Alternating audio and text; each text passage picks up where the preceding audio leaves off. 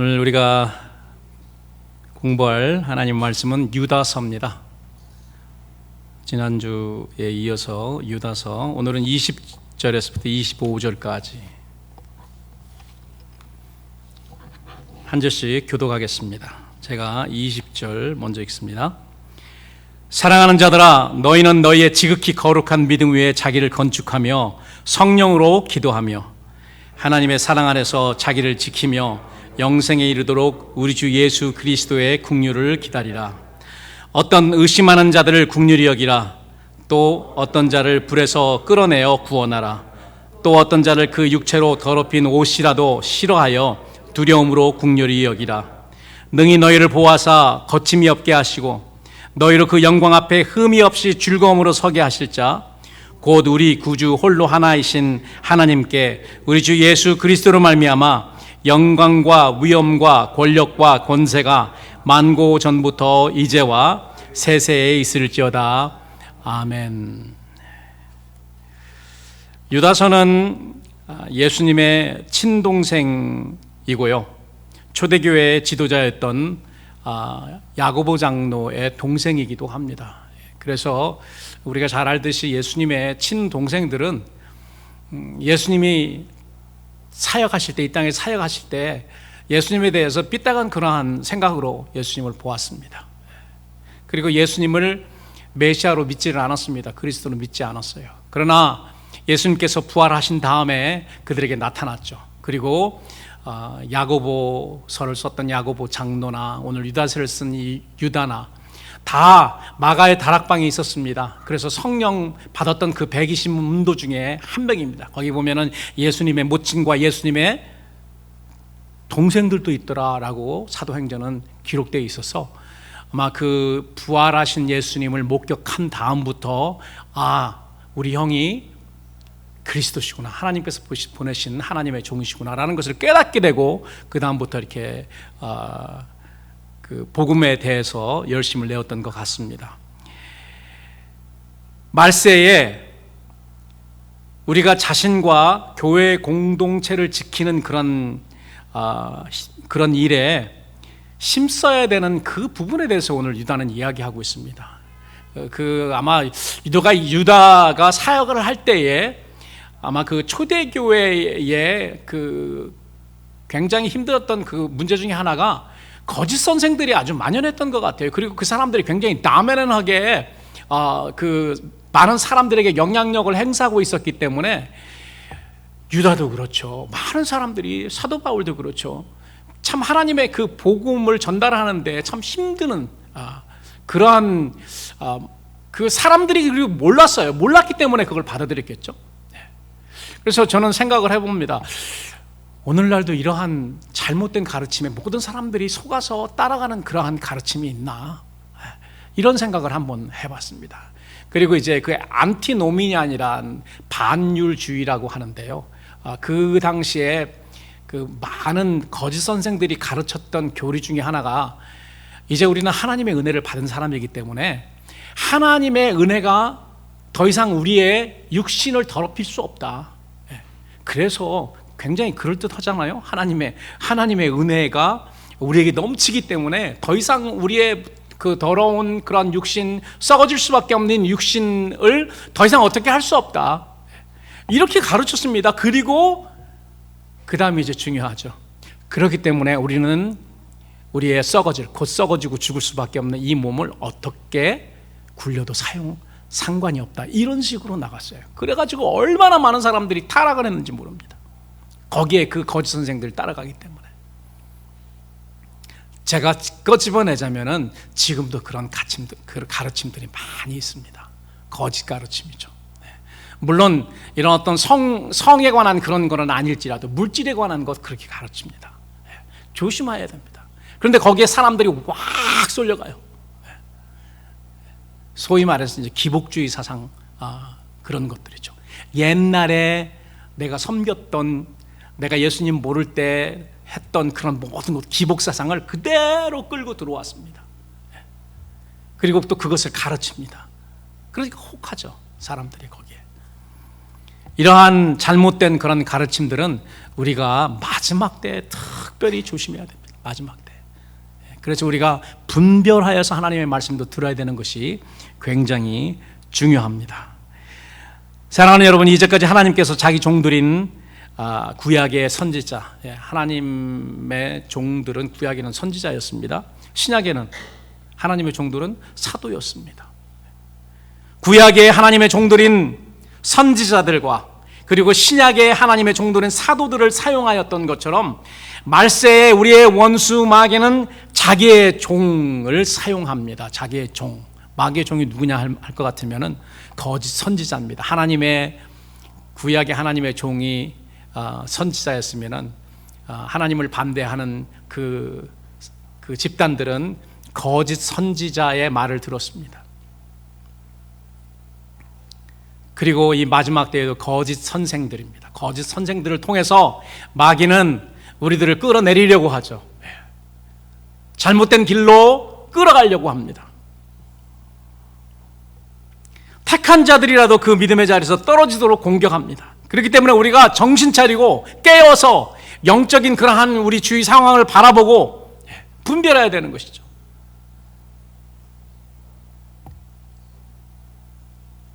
그래서 중요한 것은 먼저 나를 지키는 것입니다. 나를 지키는 것.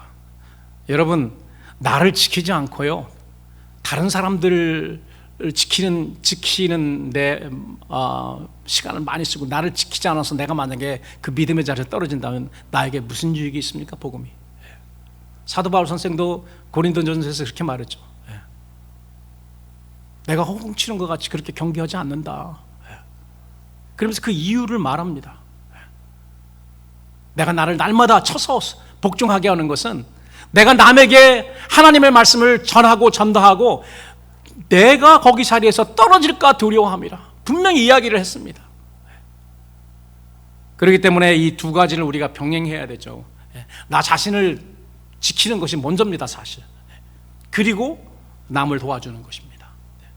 여러분, 비행기 타면은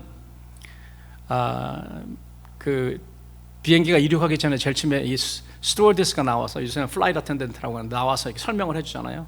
마스크 쓰는 거에 대해서 여러분 관심 있게 이렇게 들어보셨습니까? 마스크를 어떻게 쓰라고 그러죠? 만약에 이머전시가 발생하면은 여러분 자신이 먼저 쓰세요.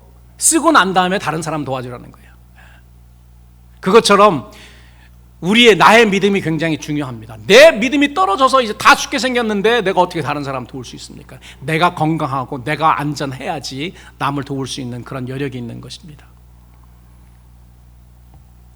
나를 지키는 이 일은 성도 한 사람 한 사람에게 가장 중요한 사명입니다. 그리고 주님께서 교회 공동체인 우리에게 부탁하신 또 한 가지 사명이 있는데, 그것은 믿지 않거나 믿다가 떨어진 사람, 쓰러진 사람들을 불쌍히 여겨서 돕는 그런 사명입니다. 이것을 우리는 전도라고도 하고 선도라고도 하고 사역이라고도 하고 목회라고도 합니다.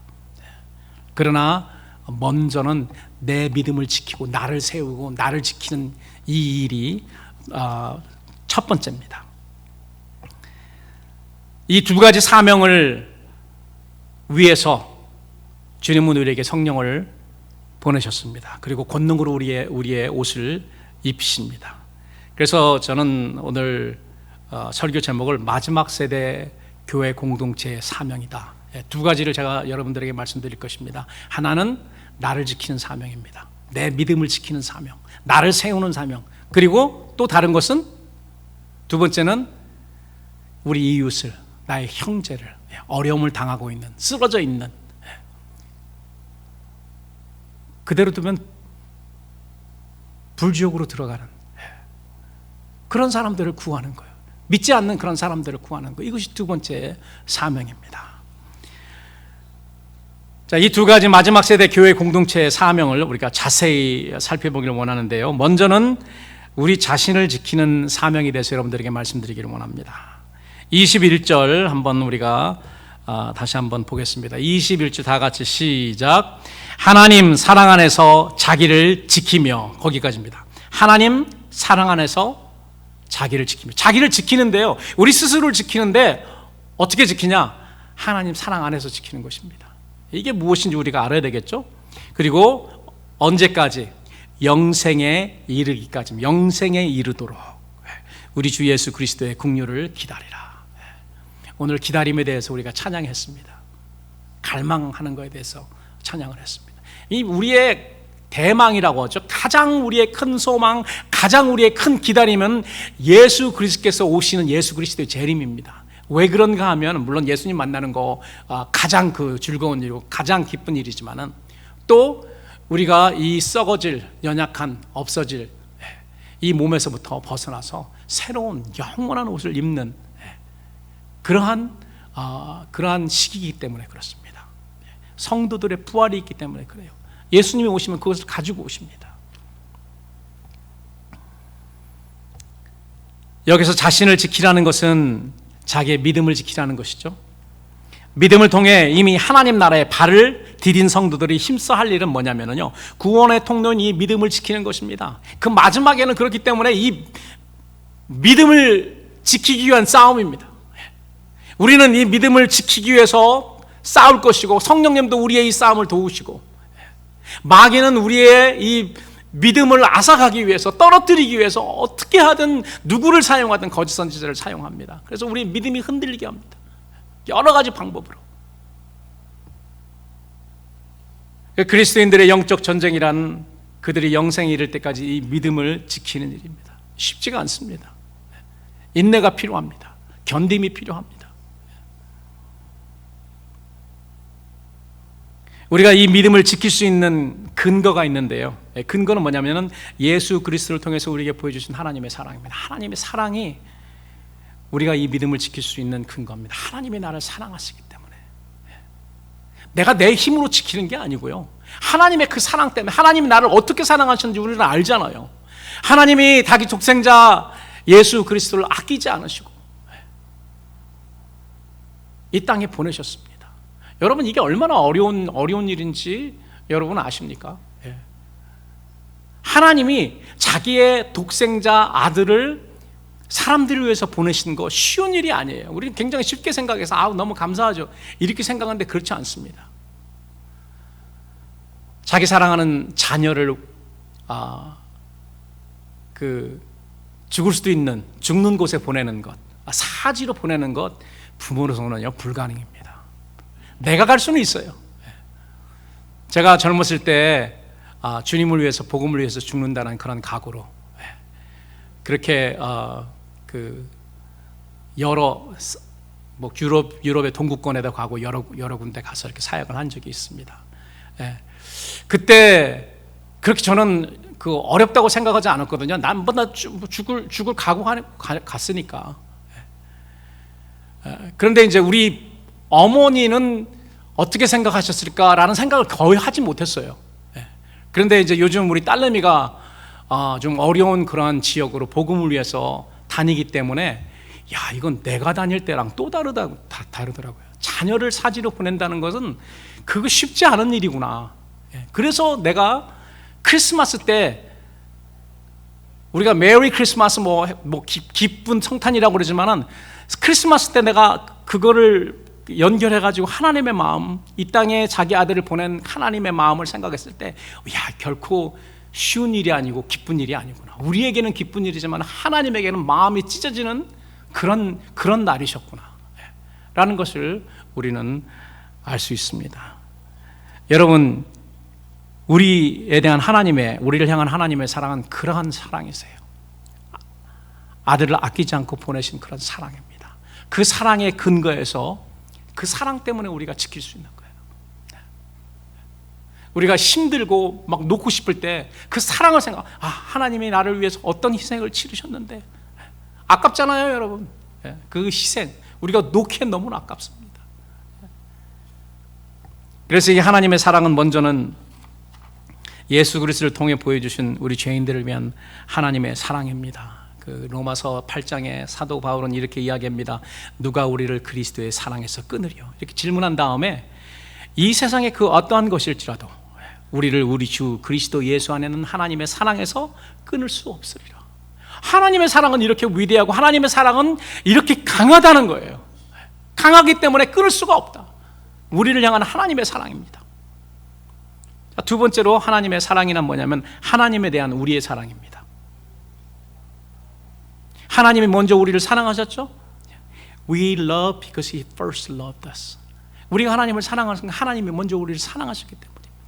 하나님의 어떠한 방법으로 우리를 사랑하셨는지 우리는 너무나도 잘 압니다. 예수 그리스도를 통해서 예수 그리스도 자기 아들이라도 아끼지 않는 그런 사랑을 우리에게 보여주셨기 때문에 우리가 하나님을 끝까지 사랑할 수 있는 그런 인내할 수 있고 견딜 수 있는 그런 능력이 우리에게 있는 것입니다.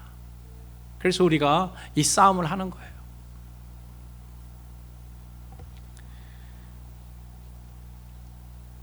이 하나님의 사랑 안에서 자기를 지키라는 명령이 마지막 세대의 성도들에게 중요한 이유가 있습니다. 마귀는요, 계시록에 보면은 자기 때가 얼마 남지 않은 것을 압니다. 알기 때문에 뭘 하죠? 알기 때문에 발악을 합니다. 저는 고등학교 때 그 야구를 했습니다. 그래서 계속해서 이 야구를 좋아합니다. 야구를 지금도 즐겁게, 뭐 특별히 다저스 같은 거 즐겁게 보는데, 야구는 묘미가 뭐냐면요, 9회 말입니다. 9회 말. 지고 있는데 9회 말에 역전하는 거. 그러나 1, 2점으로 이기고 있는 사람은 어떻게 해요? 이 점수를 내주지 않기 위해서요, 막 끝까지 노력을 하잖아요. 힘쓰잖아요. 그리고 마지막 공격을 하면서 뭐 총동원, 모든 거 총동원해서 뭐 핀치 히터를 내고 뭐 핀치 런너를 내고 모든 방법을 동원해서 이기려고 합니다.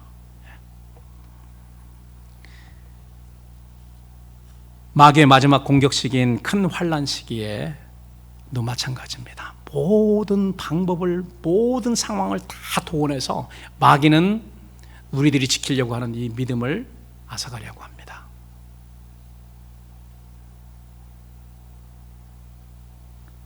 마귀가 마지막에 동원하는 그런 상황들이 여러분 뭘까요? 사도 바울은 로마서 8장 35절에서 이렇게 이야기합니다. 환난이나 곤고나 핍박이나 기근이나 적신이나 위험이나 칼이랴. 이런 것들을 다 동원해서 우리의 믿음을 앗아가려고 합니다. 환난은 물론입니다. 우리가 그 환난, 마지막 환난 때 들어가면은 환난 때문에 우리가 어려움을 겪습니다. 곤고나 핍박이나, 예수 믿는 사람들은 다 처형하고 다 압박을 합니다. 기근이나, 실질적인 기근이 있을 거지만은 우리 그리스도인들에게는 더더욱 기근인데, 배급제로서 있었던 그러한 음식들을 배분을 해야 되는데 우리는 받지 않기 때문에 배급을 받을 수가 없습니다. 보급을 받을 수가 없어요. 그렇기 때문에 기근입니다. 기근 안에 더 기근입니다. 그리고 적신이나, 입을 게 없습니다. 얼어 죽을 것입니다. 그런 상황이 닥치더라도 옷이 없어서 얼어 죽고, 있을 곳이 없어서 얼어 죽고, 음식이 없어서 굶어 죽더라도 결코 예수 그리스도 안에 있는 하나님의 사랑에서 우리를 끊을 자가 없다. 왜? 하나님은 우리를 어떻게 사랑하시는지 하나님이 우리에게 보여주셨기 때문이죠. 그리고 늘 이것을 생각하면서 우리 자신을 지키고 우리의 믿음을 지켜야 됩니다. 구약의 한 사람을 하나님이 사용하셔서 어떻게 견디는지, 어떻게 인내하는지, 어떻게 하나님을 버리지 않는지, 어떻게 하나님 사랑 안에 거하는지 우리에게 보여주셨습니다. 구약의 인내의 사람 욥을 우리가 보면은 어떻게 우리가 하나님의 사랑 안에 거할 수 있는지.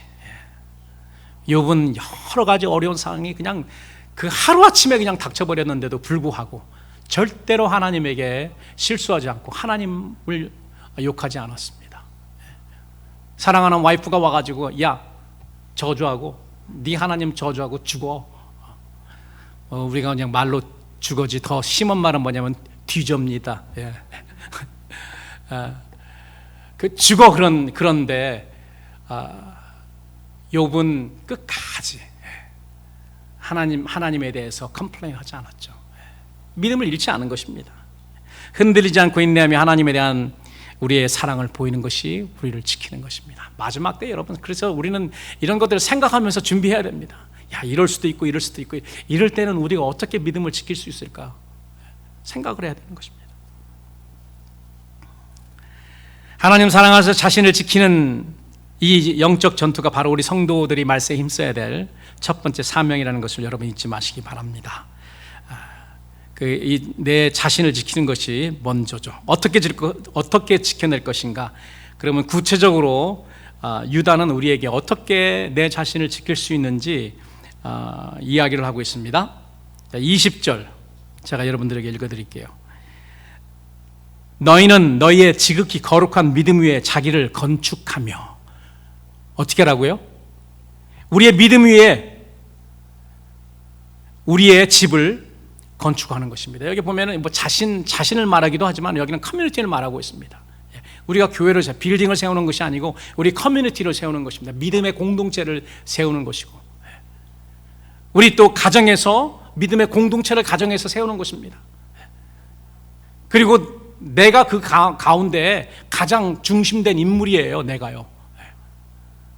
하나님이 내게 복음을 주셔서 다른 모든 사람이 아니라 내가 그 가정의 제사장입니다. 그래서 믿음 위에 자기 집을 건축하는 것이 나를 지키는 일입니다. 건축하는, 믿음의 나를 어떻게 건축하나. 여기 보니까 그 믿음이 그냥 믿음이 아니에요. 어떤 믿음이죠? 지극히 거룩한 믿음. 왜 그냥 믿음이라고 하지 않고, 믿음 위에 세우라고 하지 않고 지극히 거룩하다, 지극히 거룩하다는 지극히 특별한 믿음이란 말이거든요. 구별된, 성별된 믿음, 특별한 믿음이에요. 우리의 믿음은요, 예수님을 통해서 하나님 앞으로 가는 이 믿음은 굉장히 특별한, 특별 계시적 특별한 믿음입니다. 여러분, 믿음이라고 다 똑같지 않습니다. 여러분, 믿습니까? 해가지고 뭐 다 믿습니다 그러면은 다 하나님을 믿는 거, 그게 아니에요. 어떤 사람은 나를 믿기도 합니다. 어떤 사람은 다른 신을 믿기도 하고, 어떤 사람은 내 능력과 내가 가진 물질과 내가 가진 그런 힘을 믿는 사람, 내 지식을 믿는 사람 있습니다. 믿음이 다 똑같지 않습니다. 그러나 우리 지극히 스페셜한, 지극히 거룩한 우리가 가진 이 믿음은 예수 그리스도를 통해서 하나님으로 가는, 나는 길이요 진리요 생명이신 예수 그리스도를 통해서 하나님에게 가는 그러한 믿음을 이야기를 합니다. 그렇기 때문에 우리는 우리의 집을 이 지극히 거룩한 믿음 위에 건축해야 되는 것입니다. 두 번째로 보니까 20절에 성령으로 기도하며, 성령으로 기도한다. 영어로 보니까 pray in spirit 이라고 나와 있습니다. 성령 안에서, 성령으로, 성령 안에서, 뭐 이런 의미가 되겠습니다. 성령 안에서 기도하는 것. 여러분, 우리가 잘 아는 19세기 영국의 유명한 설교자 찰스 스펄전 목사님은 기도에 대해서 이렇게 이야기했습니다. 10년을 염려하는 것보다 10분을 기도하는 것이 더 좋다. 성령님은 우리를 위해서 기도문을 작성하시고, 성자 예수님은 우리를 위해서 기도문을 제출하시고, 성부 하나님은 우리 기도를 들으신다. 성삼위일체께서 우리 기도를 도우시는데 우리가 기도 못할 이유가 무엇이겠는가? 찰스 스펄전 목사님은 설교에서 기도에 관해서 이렇게 이야기를 했습니다. 예, 맞습니다. 성령님은 우리의 기도를 작성하시고, 성자 예수님은 그 기도를 제출하시고, 하나님은 우리의 기도를 들으십니다. 그런데 거기서 끝나지 않죠. 듣는 데서 끝나지 않습니다. 하나님은 그 기도를 들으시고 응답하시는 분이십니다. 응답하시는 분이세요. 이렇게 우리는 성령을 의지해서 성령을 통해서 기도해야 됩니다. 그러나 성령 안에서 기도한다는 말은 특별히 우리에게 우리는 오순절 교단의 사람들입니다. 우리에게는 성령님께서 통제하시는 기도, 즉 방언으로 기도한다는 특별한 의미가 더 있습니다. 많은 학자들이 다 이렇게 생각하지는 않습니다. 모든 목사님 다 이렇게 생각하지 않지만 저는 이렇게 이 말씀을 봅니다. 성령 안에서 기도하는 것은 성령님이 통제하시고 성령님이 컨트롤을 하시는 그런 기도, 성령 안에서 하는 그런 방언 기도입니다. 우리가 방언으로 기도할 때 나도 모릅니다. 내가 통역하는 그런 그 은사가 없으면 내가 무슨 말을 하는지 잘 몰라요. 그리고 내 이 방언을 듣는 다른 사람들도 모릅니다. 그게 무슨 의미인지 몰라요. 그렇기 때문에 그 사람들, 나나 듣는 그런 사람들의 그 마음의 열매를 맺을 수가 없죠. 무슨 말인지 모르기 때문에. 사도 바울은 고린도전서에서 그렇게 이야기합니다. 그러나 내 영이 열매를 맺는다. 영으로 하는 거기 때문에. 영이 통제하는 그런 기도다. 그래서 여러분 로마서 8장 이야기를 내가 많이 하는데 로마서 8장 26절을 보면 이런 말이 있습니다. 이와 같이 성령도 우리의 연약함을 도우시나니 우리가 마땅히 빌 바를 알지 못하나 오직 성령이 말할 수 없는 탄식으로 우리를 위해 친히 간구하시느니라. 여러분 이 말씀을 여러분 어떻게 해석하십니까? 저는 우리가 그냥 이야기를 하면 우리가 그 하나님 앞에 나와서 기도를 하면은 내가 원하는 기도를 하게 되잖아요. 내가 원하는 제일 급한 기도, 내가 원하는 기도, 내가 아는 기도 제목으로 이렇게 기도하게 됩니다. 그런데 그것이 제일 중요하고 제일 긴급한 기도가 아닐 수 있다는 거 나는 모르잖아요. 그런데 성령님이 통제하시고 성령님이 컨트롤하시는 그런 방언 기도를 하게 되면은 성령님께서 모든 상황을 아시는 성령님께서 내가 지금 해야 될 그 기도가 무엇인가를 아시고 나를 위해서 내 입술을 빌어서 기도를 하신다는 것입니다.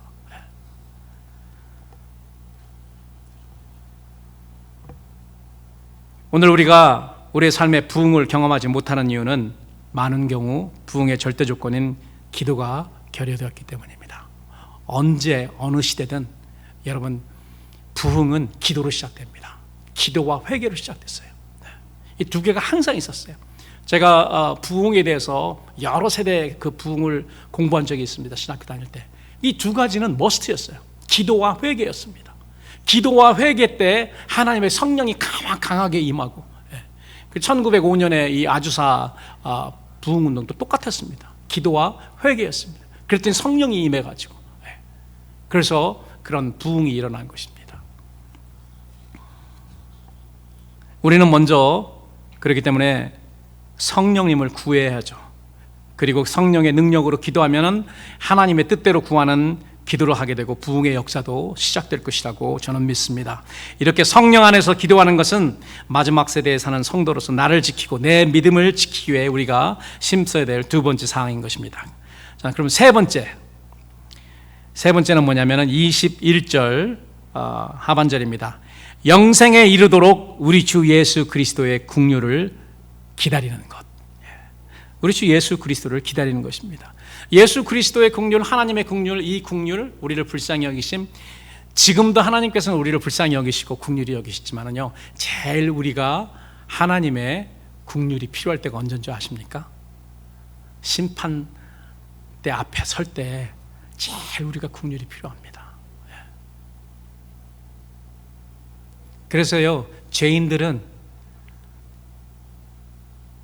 그 재판관 앞에 서면은요, 그 이야기를 해요. 내게 mercy를 베풀라고. 마지막에 무슨 마지막에 할 말이 있냐? 하면은 제일 마지막에 하는 게 나한테 mercy를 have mercy on me 이렇게 이야기합니다.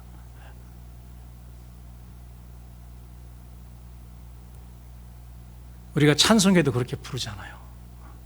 주님 나를 오라 하실 때 모른 척 하지 마세요. Pass me not, O gentle Savior. 그게 원래 우리 가사랑 원래 오리지널 가사가 좀 달라요. 나를 오라고 하실 때 주님 나 모른 척 하지 마세요. 그 말입니다. Pass me not. 그냥 나를 그냥 지나치지 마세요. 모른 척하고 지나칠 수 있거든요. 내가 너를 모른다. 예수님 그러실 수 있잖아요. 그것처럼 난감한 게 어딨어요. 내가 주님의 능력을 가지고 주님의 이름으로 모든 걸 다 했는데 주님이 나는 너를 도무지 모른다 하면은 그처럼 난감한 때가 어디가 있겠습니까? 그런데 그러한 상황이 오기 때문에 성경에 그 말이 적혀 있는 것입니다. 저는 많을 거라고 생각합니다. 저도 이 말씀 보면 두렵습니다. 그것 때문에.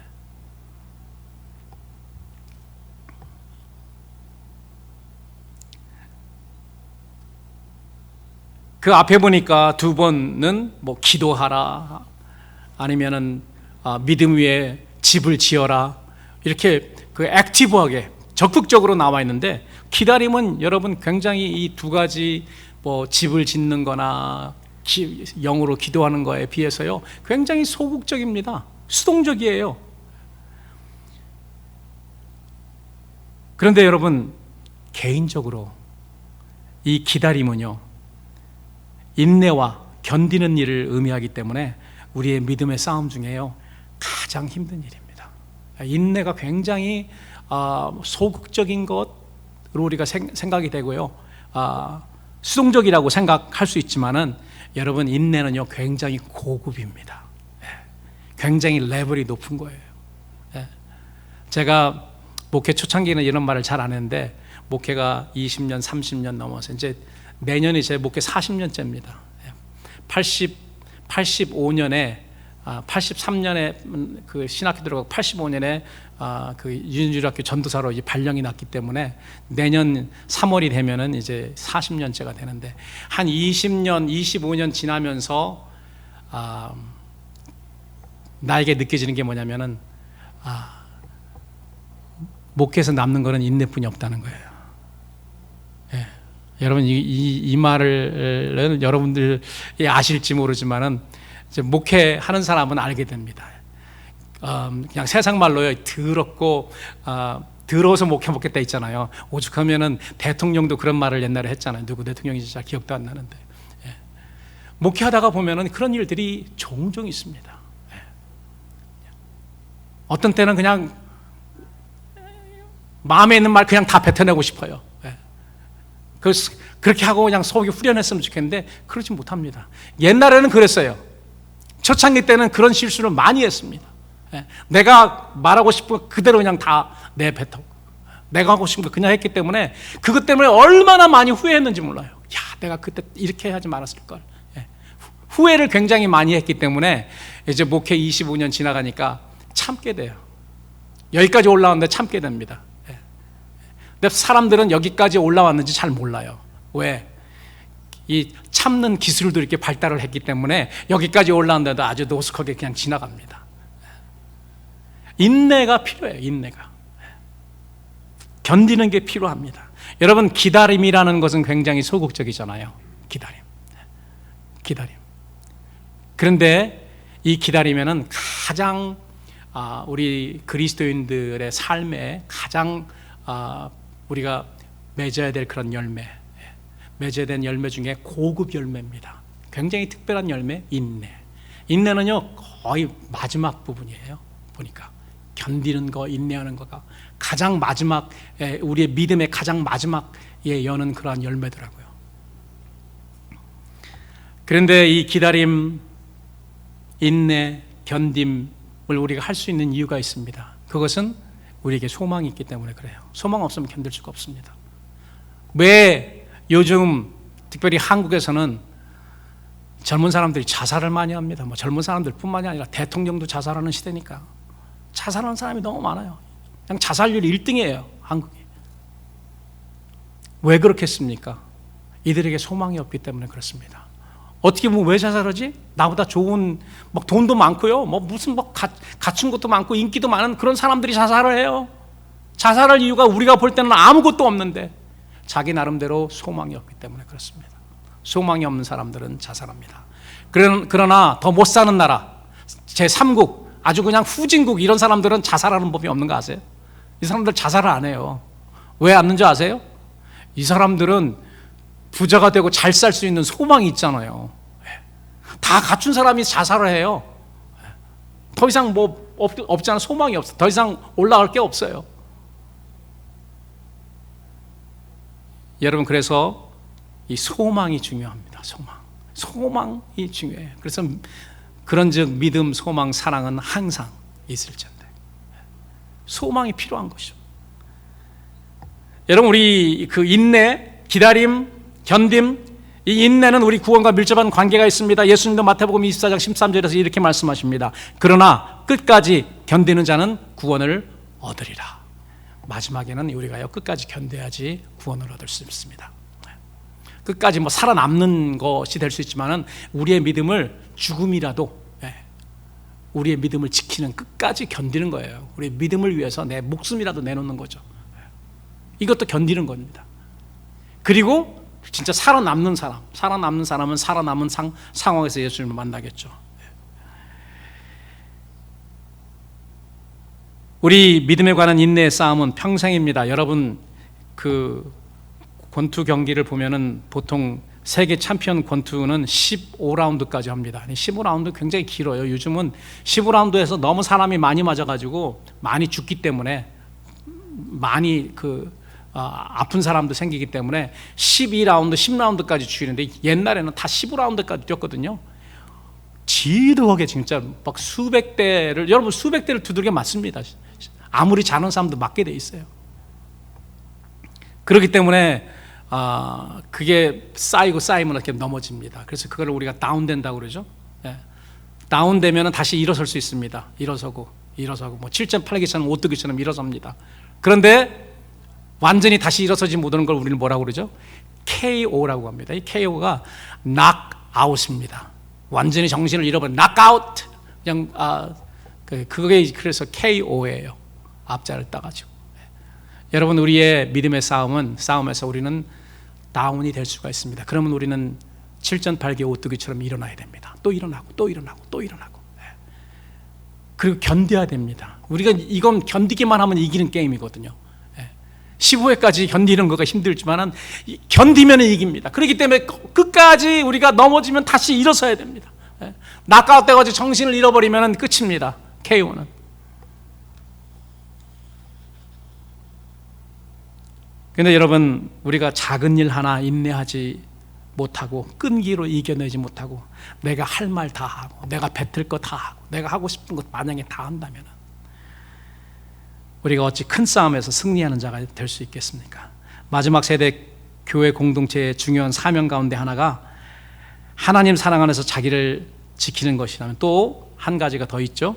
그것은 하나님의 사랑으로 이웃을 돌보는 사명입니다. 특별히 믿었던 사람들이 미끄러지는 경우, 믿음을 가졌었는데 지금은 믿음이 없어진 그런 경우, 여러 가지 이유 때문에 그렇게 했죠. 그 사람들에게 먼저 가야 됩니다. 예수님도 내가 이스라엘 사람들에게 먼저 복음을 전하고 그 다음에 이방이라고 했어요. 예수님 사실 이방 전도는 거의 하지 않으셨어요. 사람들이 찾아와서 가끔 이방인들에게 사역을 하신 적은 있지만 예수님은 주로 그 유다 백성들을 위해서, 구약에 그렇게 하나님이 이스라엘 백성들에게 그렇게 약속을 하셨기 때문에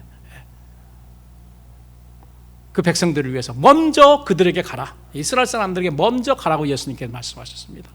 마찬가지로 우리도 우리를 지키고 예루살렘과 유대와 사마리아와 땅끝까지입니다. 물론 그게 동시에 이루어지겠죠. 동시에 이루어지는 때도 있습니다. 내가 나 안 됐으니까 뭐 다른 거 하지 않는다, 그건 아니죠.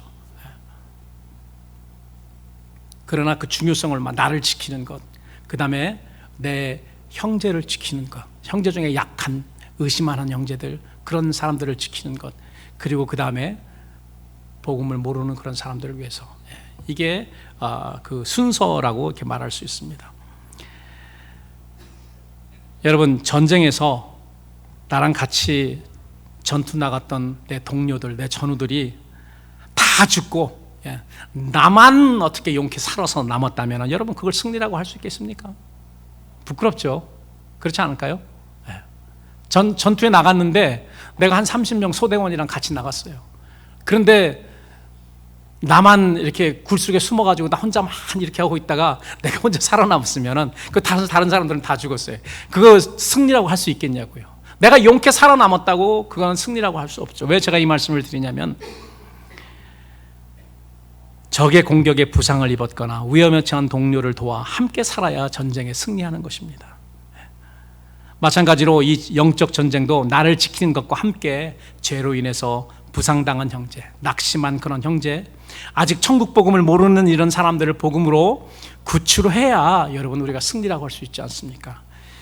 여러분, 우리가 잘 아는 미 해병대는요, 미국에서도 가장 강한 군대입니다. 미국에서 가장 강한 군대니까 세계에서 가장 강한 군대가 미 해병 아닙니까? 이 미 해병의 모토가 있습니다. 그 사람들이 외치는 구호가 있는데, 이 모토가 뭐냐면은 No man left behind. 어느 전우도 전장에 내버려 두지 않고 온다는 그런 거예요.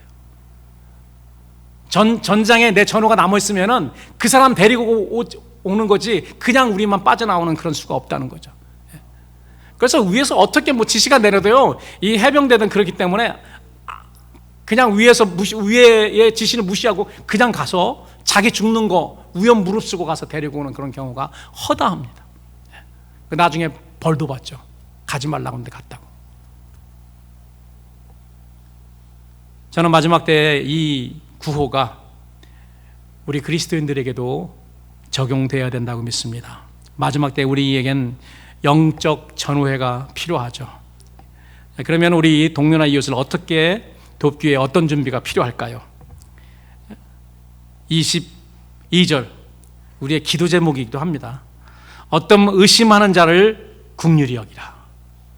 이 국률이 여기는 거 없으면 우리가 그렇게 할 수가 없어요.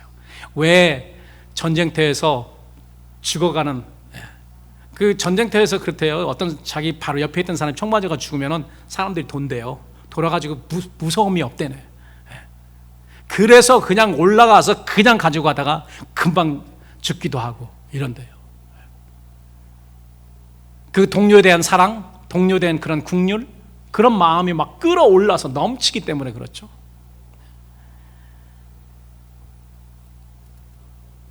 어떤 의심하는 자들을 국률이 여기라. 이건 명령입니다.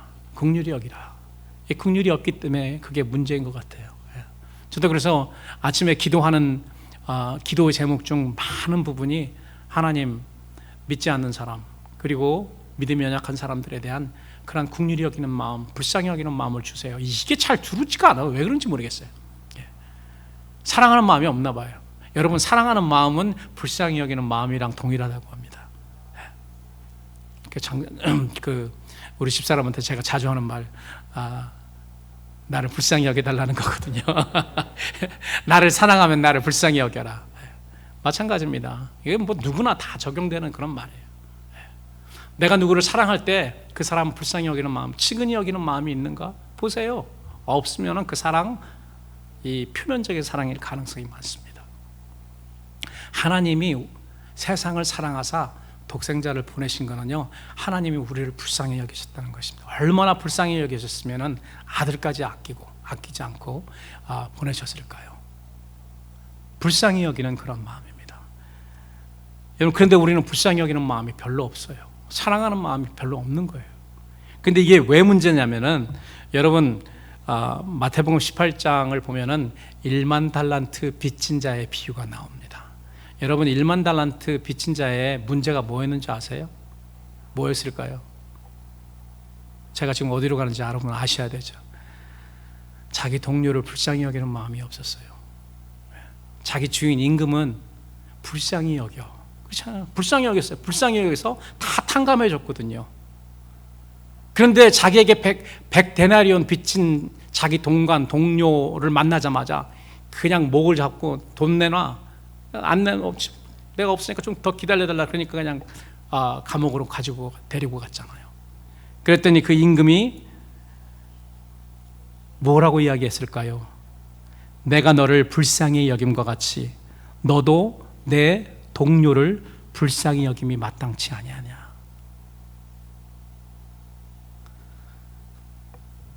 여러분, 우리의 문제는 불쌍히 여기는 마음이 없다는 것입니다. 하나님이 나를 얼마나 사랑하셨고 얼만큼 불쌍히 여겼는지, 치근히 여기셨는지 그 모습을 우리가 보잖아요. 우리가 누가복음 15장에 그 탕자의 아버지가 어떻게 기다립니까? 둘째 아들을 어떻게 기다리나?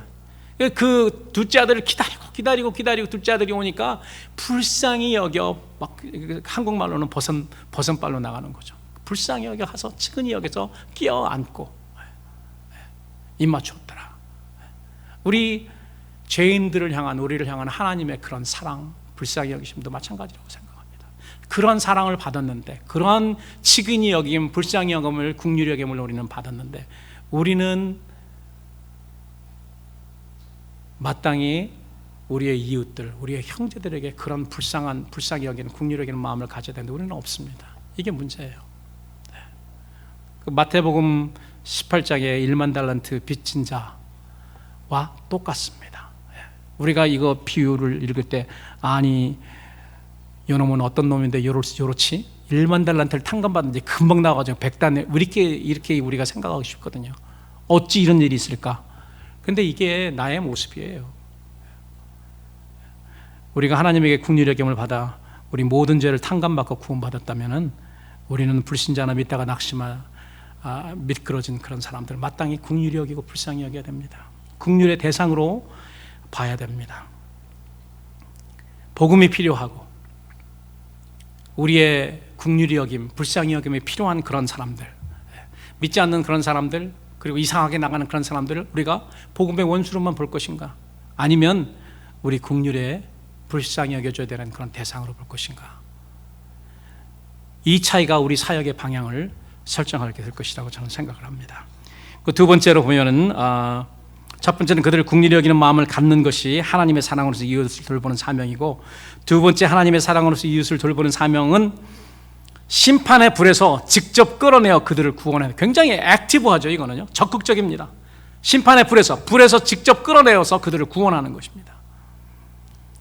우리 주님이 그렇게 하셨잖아요. 우리 주님이 긍휼히 여기는 데서 끝나는 것이 아니고 이 땅까지, 이 세상에 오셔서 우리를 지옥불에서 건지셨습니다. 스네치해서 끌어내어서 건지셨어요. 그리고 끌어내어서 건질 때 필요한 희생도 마다하지 않으신 것입니다. 그러므로 우리도 의심하는 자나 믿음이 연약한 자들을 긍휼히 여길 뿐 아니라 그들을 불에서 끌어내어 구원하는 일에 동참해야 됩니다. 감리교를 시작한 요한 웨슬리가 6살 되는 소년 시절에 요한 웨슬리 집에 불이 났습니다. 요한 웨슬리가 8형제더라고요. 8형제의 막내예요. 그는 불이 났을 때 빠져나오지 못했습니다. 6살 됐으니까. 지붕이 불타서 거의 이제 주저앉아 무너지는 순간까지 아버지는 막내가 어디 있는지도 몰랐어요. 한두 명이지 알죠. 8명 다 어떻게 알아요. 그런데 불타는 집안에서 이 막내의 울음소리가 들렸어요.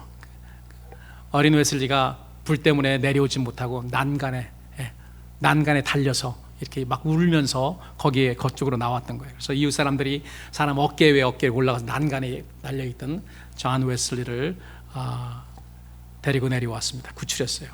그래서 웨슬리의 초상화 밑에는 이 사람이 바로 불 속에서 끄집어낸 아이라고 적혀 있습니다. 왜 그렇게 적었을까요? 나는 이러한 구출함을 받았고 이런 은혜를 받았기 때문에 나도 지옥불로 떨어지는 그 사람을 구출하는 일을 하는 사람이다라는 것을 이야기하고 싶었겠죠. 우리 자신이 불구덩이에서 구원받았으니 멸망하는 다른 사람들을 불에서 끌어내는 것이 당연한 일이고 또한 우리의 사명인 것입니다. 마지막으로 육체적으로 더럽혀진 자들을 구하기 위해서는 그들에게 긍휼히 여기는 우리의 마음을 보여줘야 됩니다. 그 영어로 보니까 we need to show, 우리가 그들을 불쌍히 여긴다는 것을 보여줘야 된다고 그렇게 이야기를 하고 있어요. 그래서 우리의 복음이 필요한 자, 복음을 알지 못하고 복음에 대적된 그런 사람들에게 우리가 그들을 불쌍히 여긴다라는 것을 우리가 어떻게 보여줄 수 있을까? 우리는 고민해야 된다고 생각합니다. 우리가 그 불쌍히 여기는 것 없는, 우리가 그들을 복음의 원수로만 만약에 여긴다면 그들에겐 찬스가 없죠. 그런데 여기서 중요한 것이 있습니다. 그들을 긍휼히 여기되 그들의 육체로 더럽힌 옷에 대해 싫어하고 두려워하는 자세를 가지라 했습니다. 긍휼히 여기는 마음을 갖되 함부로 대하지는 말아야 됩니다. 그 이유가 뭐냐면은 여러분, 병원의 의사나 간호사는 전염병 걸린 환자들 불쌍히 여깁니다. 불쌍히 여겨요. 그렇지만 그 전염병을 미워하고 전염병에 두려움이 있어야 됩니다. 두려움이 없어가지고 뭐 다 그 마스크 다 빼고 뭐 아무것도 하지 않고 만약에 병자를 치료하면은 자기가 망하죠. 그래서 그런 말을 해놓은 것 같습니다. 그래서 마지막 세대를 사는 성도들은 불신자들을 불쌍히 여기고 복음의 반대에 서 있는 그런 사람들을 긍휼히 여기고 불쌍히 여겨서 그들을 불 속에서 건져내야 내기 위해서 전도해야 됩니다. 그러나 조심해야 되죠. 조심해야 됩니다.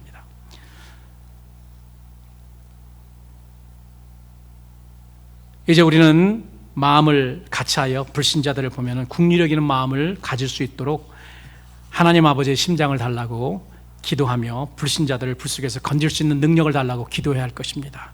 이것이 하나님 나라를 구하는 것이고요, 하나님의 의를 구하는 일이라고 저는 그렇게 믿습니다. 마지막으로 우리가 알아야 할 중요한 사항이 하나가 있는데요, 우리가 하나님 사랑 안에서 우리 자신을 지켜야 하는 명령을 받았음에도 불구하고 우리가 열심히 해야 되죠. 그 부분에 대해서요. 그럼에도 불구하고 우리를 보호하시고 우리로 구원받게 거침없게 하시는 분은 하나님이십니다.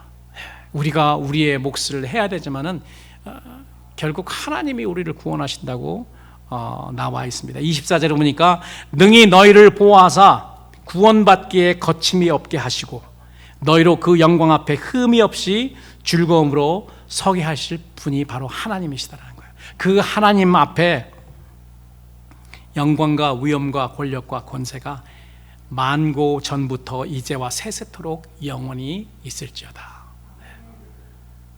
이렇게 우리를 구원하시고 우리 구원하시기에 거침이 없는 걸로 우리를 인도하시는 그 영광의 하나님께 우리는 날마다 찬양하고 찬송하고 영광을 그 하나님께 돌려야 되는 그러한 사명도 있다는 것을 여러분 잊지 마시고 오늘도 이 말씀 붙들고 사는 여러분들이 되시기를 주님의 이름으로 축원합니다.